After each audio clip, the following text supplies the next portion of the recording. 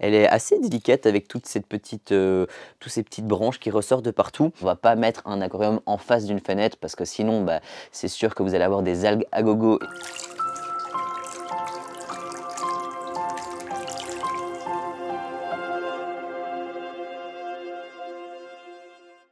Bonjour tout le monde, j'espère que vous allez bien. Aujourd'hui on se retrouve sur Aquabota pour une nouvelle série de vidéos, donc un petit peu dans la même veine que pour les Wabikusa.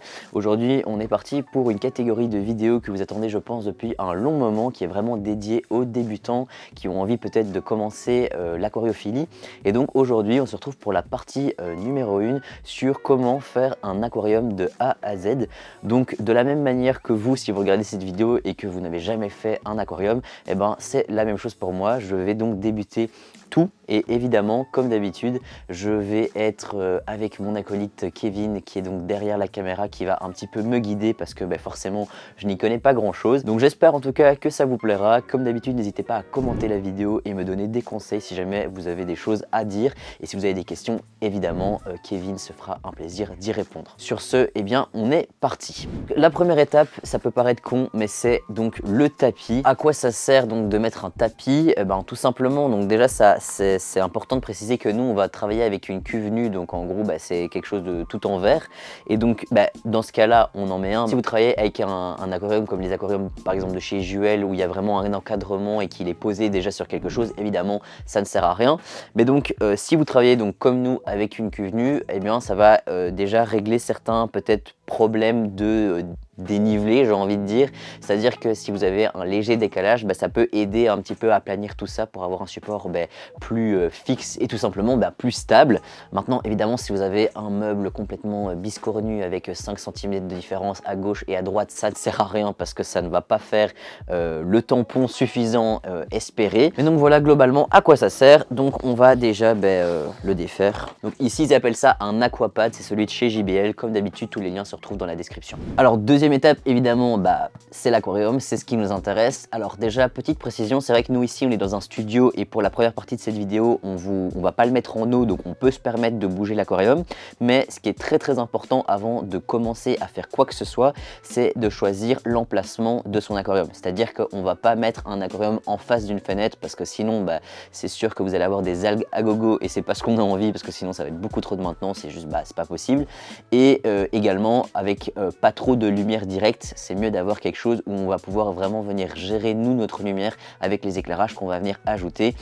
Donc voilà, ça c'est la petite précision que j'avais envie de faire. Nous ici on est dans un studio comme je viens de le dire, donc c'est un petit peu différent. On est descendu d'un étage, fini de voir ma petite tête, ce sera plus sympa de voir l'aquarium. Donc ici c'est un aquarium donc de chez Aquel, c'est un aquarium de 54 litres si je ne dis pas de bêtises. En gros c'est un peu l'aquarium phare du débutant. Quand on n'a pas encore fait grand chose et qu'on a envie de mettre les mains dans le bain sans mauvais jeu de mots, je pense que c'est une bonne taille parce qu'on peut déjà faire pas mal de choses sans que ce soit trop grand et que ça demande du coup trop d'entretien. Je vais juste vous présenter le matériel que j'ai prévu pour Lilian, car c'est un peu plus technique, et vu que il est arrivé chez nous, il n'a pas de formation dans l'aquariophilie et que donc je pense que ce sera un peu mieux de vous expliquer. Ici Lilian il va travailler avec un sol technique, donc le truc le plus simple, le plus basique et le plus facile pour des petits volumes. Si vous travaillez avec des grands volumes, le sol technique ça coûte cher, soyons honnêtes, donc c'est pas toujours le plus intéressant. Donc petit volume, sol technique, pas de problème. Si vous êtes sur des grands aquariums, c'est des fois plus rentable de travailler avec un sol nutritif et un gravier. Je vous renvoie à la première vidéo qu'on a fait sur les sols. Là on vous explique vraiment tout en détail sur quoi prendre et que faire. Et vous aurez aussi la partie 2 des sols dans quelques semaines avec toutes les petites informations complémentaires qu'on ne vous a pas données dans la première vidéo qu'on a faite. Donc ici Lilian il va travailler avec un sol technique, avec le scraper sol, et on va lui permettre aussi de positionner un filtre, un chauffage, et par la même occasion faire la première partie de décor. Nous voilà donc de retour avec notre aquarium. Alors avant donc de commencer vraiment à mettre en place tout ça, j'avais quand même envie de vous citer les choses dont vous aurez besoin pour pouvoir commencer cet aquarium. Donc évidemment le tapis dont je vous ai parlé au début de la vidéo, un aquarium, ça me semble assez évident. Et ensuite, on a besoin, on va dire, de 3 autres choses. Donc c'est vraiment les choses les plus essentielles. Évidemment qu'après, il y aura plein de petites choses que vous pouvez rajouter si vous avez envie. Mais le strict minimum, c'est donc un chauffage. Donc ici, c'est également un chauffage de chez Aquel. De toute façon, vous verrez, on n'a pris que du Aquel pour cette vidéo. On a également besoin d'un filtre. Donc ici, c'est le Pad Filter Mini, mais il y en a d'autres. De toute façon, les liens sont dans la description et il y en a d'autres disponibles sur notre site internet. Et également, du coup, un éclairage. Ici, c'est un tube en LED, mais il y a plein d'autres systèmes d'éclairage également. Ça dépendra aussi de ce que vous avez envie de faire avec votre aquarium. On vous renvoie vers la vidéo des éclairages si vous voulez plus d'informations. Donc, moi, j'ai toujours mon petit carton. Donc, nous avons la main innocent qui est venue le rechercher et donc on le pose dessus évidemment. Première étape, comme vous l'a dit Kevin, ça va être le sol et donc nous on travaille avec un sol technique. Pour les plus attentifs d'entre vous, c'est donc le même sol qu'on a utilisé pour le Wabikusa, donc le Skipper Soil de chez Denerl, et on va donc venir en mettre une bonne couche dans le fond de l'aquarium puisqu'il faut quand même être généreux, hein. C'est là-dedans que toutes nos plantes vont pousser tout simplement. On va venir faire comme une sorte de mini décor puisque on va faire déjà un dénivelé donc dans cet aquarium. On va venir mettre plus ou moins 5 cm à l'avant-plan de l'aquarium et 7 cm derrière, donc il n'y aura que 2 cm de décalage, hein, c'est pas énorme, mais c'est surtout dans le but que on puisse donc venir y mettre nos plantes d'arrière-plan à l'arrière qui elles ont besoin donc vraiment d'un bon enracinement et donc forcément de plus d'épaisseur. On est parti.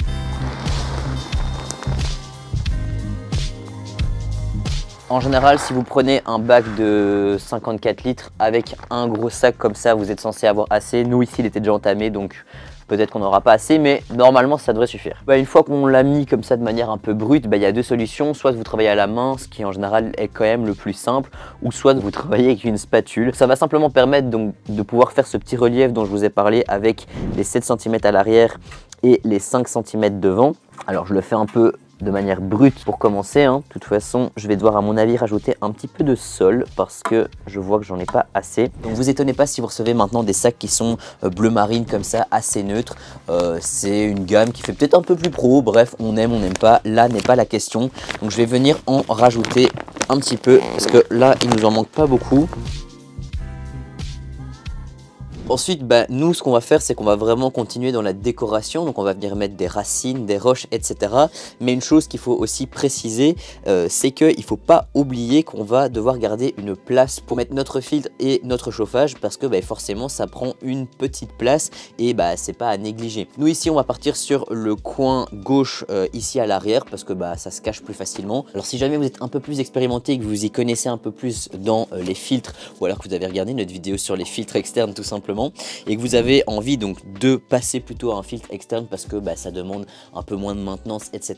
Et il faudra faire attention à ce que la pompe de rejet ne soit pas au même endroit que la pompe d'aspiration. Ça c'est vraiment quelque chose que pas mal de gens peuvent parfois se tromper quand ils sont débutants. Mais donc voilà, même principe, il faut faire attention à garder de la place. Donc après quelques petites recherches dans la caisse de Pandore, j'ai trouvé donc 2 racines qui m'intéressaient.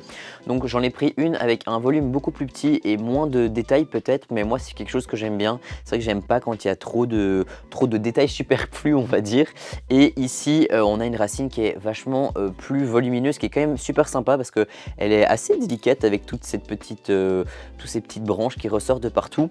J'étais au départ plus parti là-dessus, mais c'est vrai que Kevin m'a dit que c'était pas mal d'avoir quelque chose d'assez volumineux pour pouvoir venir y cacher derrière le filtre, le chauffage, etc.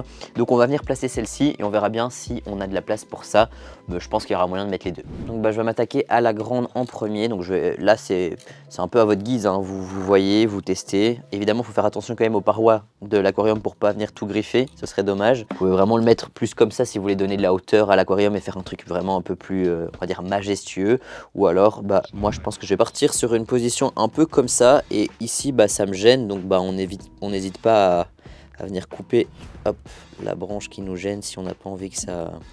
Voilà. Pour la deuxième, je vais la poser parce que voilà, mais c'est pas dit que je la retire pas par la suite, on verra bien. Parce que j'ai pas envie que ce soit trop surchargé. J'essaierai bien de la mettre un peu genre comme ça. Ça fait comme une petite cavité, une petite grotte et on viendra peut-être y mettre petite plante, je sais pas, gazonnante ou quoi, enfin un truc pas trop haut. Une fois qu'on a mis donc les racines, bah forcément on veut mettre des roches, enfin pas forcément, mais moi j'ai envie d'en mettre en tout cas. Donc il y a deux possibilités, soit vous prenez vraiment une pierre que vous aimez en particulier, donc on a vraiment pas mal de stock avec la marque Wio dont on vous a déjà parlé. Donc là par exemple ici on a l'Etna Lava qui est une pierre qu'on est venu mettre d'ailleurs dans le Wabikusa, et donc vous allez avoir un échantillon de plein de pierres forcément les mêmes. Donc ça pareil, vous pouvez les acheter, vous les mettez pas toutes et puis après elles vous serviront peut-être pour d'autres créations plus tard. Ou alors vous faites comme moi et vous prenez un kit de pierres entre guillemets déjà tout fait. Ici c'est un kit Dragonstone, on vous en a parlé d'ailleurs dans la vidéo des pierres. C'est un peu la même chose que pour les Wii U, c'est un assortiment avec différentes tailles de la même pierre, mais ça permet de pouvoir aussi changer et voir s'il y a peut-être des modèles qui vous intéressent plus. Vous pouvez également acheter deux kits différents et mettre des pierres différentes, mais donc peut-être faites attention aussi selon ce que vous voulez mettre comme habitant dans votre aquarium.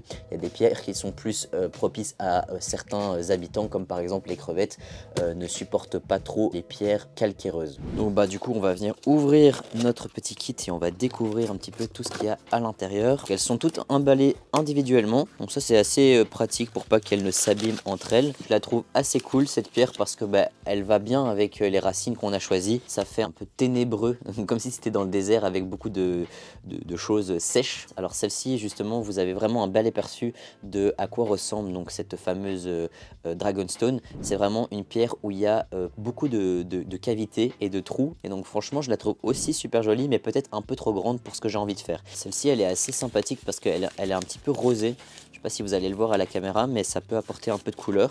Donc j'ai présélectionné 3 petites roches que je trouve cool. Dans la même idée que cette petite racine ici qui apporte de la hauteur, j'ai envie d'apporter un peu de hauteur ici à l'avant-plan avec cette roche-ci que je trouve qui va bien comme ça. Je vais peut-être pas utiliser celle-ci, je vais utiliser celle un petit peu rosée. Ça peut être sympa ici.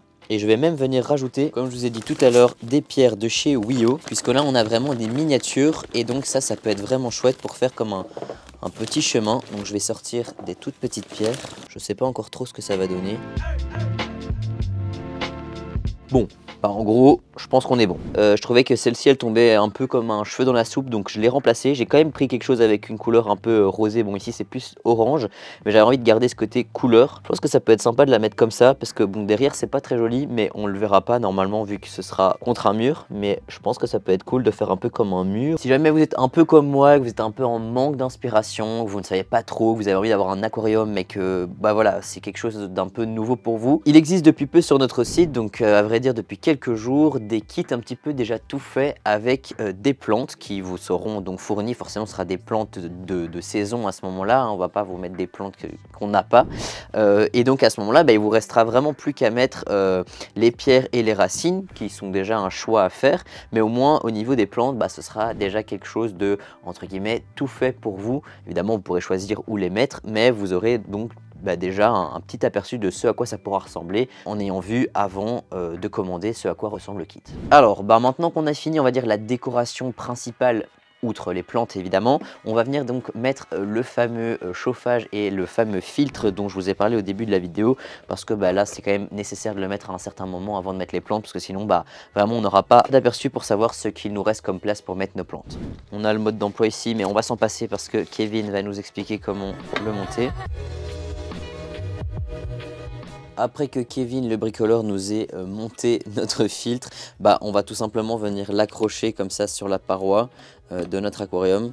Bon, il n'y a rien de compliqué à ça, hein. Comme je vous le disais, vous le mettez dans le coin, ça probablement qu'avec les plantes et tout, ça viendra cacher tout ça. Ensuite, vous faites de même avec votre chauffage. Et donc voilà, ceci clôture cette première partie de vidéo, donc l'installation d'un sol dans un aquarium ainsi que quelques décors, donc en l'occurrence ici des pierres, des racines, et puis donc les deux éléments les plus importants pour que notre aquarium fonctionne correctement, donc un chauffage et un système de filtration. Pour l'éclairage, ça sert pas trop à grand chose de vous le montrer aujourd'hui puisqu'on n'a pas encore mis les plantes, etc. et que ça va plus nous gêner qu'autre chose. Donc on se retrouve de toute façon dans 2 semaines pour la suite de cette vidéo. On se retrouvera pour une vidéo un petit peu plus technique comme vous les avez pas mal aimé depuis le début de notre chaîne YouTube. Donc voilà, je le rappelle, n'hésitez pas à nous suivre sur nos différents réseaux sociaux, donc Instagram, TikTok, Facebook et évidemment la chaîne YouTube. Commentez cette vidéo, likez et surtout abonnez-vous. C'est toujours un plaisir de lire vos commentaires et de pouvoir y répondre. On se retrouve donc la semaine prochaine pour une nouvelle vidéo.